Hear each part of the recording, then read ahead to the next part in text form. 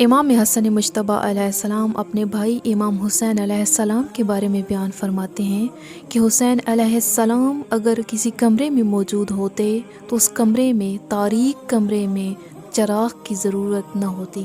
پوچھا گیا اے حسن مجتبی، ایسا کیوں ہے کہ حسین کی موجودگی میں چراغ کی ضرورت نہ ہوتی؟ تو امام حسن مجتبی بیان فرماتے ہیں کیونکہ حسین کی پیشانی سے ایسا نور نمایاں ہوتا تھا کہ جس نور کی وجہ سے پورا کمرہ روشن ہو جاتا تھا۔ پوچھا گیا یہ نور کس چیز کا تھا کہ جس سے پورا کمرہ روشن ہو جاتا؟